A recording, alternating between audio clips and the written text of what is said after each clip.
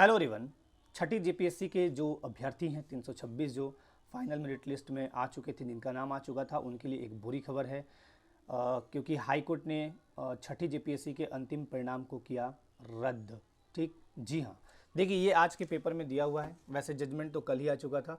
यहाँ पे देख लीजिए, छठी जेपीएससी के अंतिम परिणाम को किया गया रद्द। हाई कोर्ट ने इसे रद्द किया।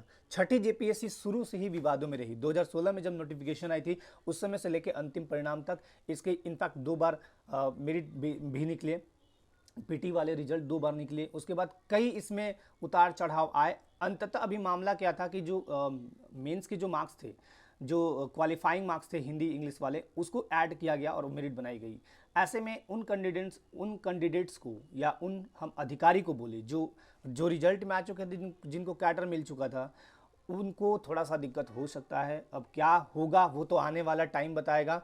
तो यहाँ हाईकोर्ट ने ऐसा बोला है कि 8 सप्ताह में नई सूची जारी करे जेपीएससी और वो सरकार को भेजें, और 4 हफ्ते में नई लिस्ट के आधार पर कैडर आवंटित करे।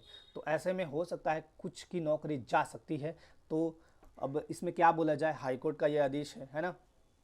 चलिए, फिर भी 7वीं जेपीएससी में जो लगे अभ्यर्थी हैं, अभी तो आपका एग्ज़ाम होगा नहीं, ठीक है, तो आपके लिए भी ये सुन के थोड़ा शॉकिंग लगेगा, ये झटका वाला न्यूज़ है। तो मैं आपको एक एग्जांपल देता हूं कि ज़िंदगी में देखिए बहुत उतार चढ़ाव मनुष्य के आते रहते हैं। आप बहुत ही खुशकिस्मत हैं कि भारत जैसे विशाल लोकतांत्रिक देश में निवास करते हैं। और मैं आपको एक एग्जांपल के तौर पे एक कहानी सुनाता हूं शॉर्ट में। नेपोलियन बोनापार्ट का नाम सबने सुना था, सबने सुना होगा।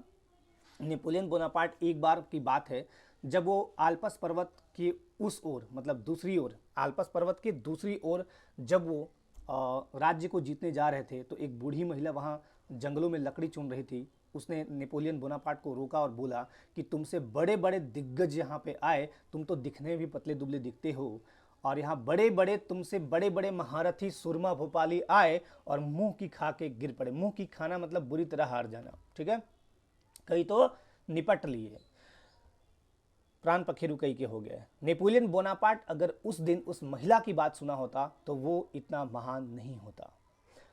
इस मेरे कहने का मतलब है कि नेपोलियन बोनापार्ट उस महिला को थैंक यू करता है, अपने गले से हार उतारता है, उस महिला को देता है, बूढ़ी महिला को, और वो आल्प्स पर्वत को फतह करता है। तो मेरा इतना ही कहना है कि निराश मत होइए, ज़िंदगी में बहुत उतार चढ़ाव आते हैं। निराश मत होइए, ज़िंदगी में बहुत उतार चढ़ाव आते हैं। आप मानव हैं, आप मानव हैं, बालू के कोई रेत नहीं है जो आपको कोई हरा सके, ठीक है। तो आप अपना काम कीजिए, आपका जो काम है वही कर सकते हैं आप। बाकी ये हाई कोर्ट, सुप्रीम कोर्ट, ये तो आप इसमें तो बैठ के आप डिसाइड नहीं कर सकते हैं। ज़्यादा से ज़्यादा आप केस कर सकते हैं, केस लड़ सकते हैं।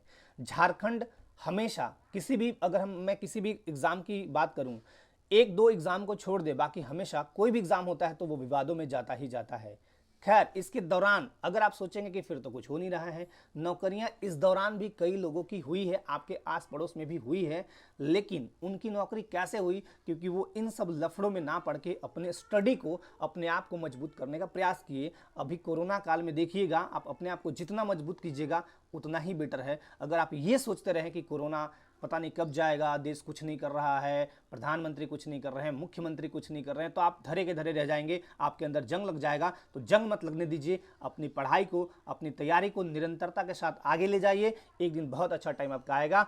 और अंत में मैं एक चीज़ बोलूँगा, 7वीं जेपीएससी में जो भी लगे हुए हैं, थोड़ा आप स्पीड पकड़िए। अब कोरोना का थोड़ा थोड़ा लहर कम हो रहा है, और ऐसे में एग्ज़ाम तो अभी नहीं होगा। एग्ज़ाम तो मैंने जो बताया डेट, जो मैंने मंथ बताया, उसके पहले तो होना जाना है नहीं।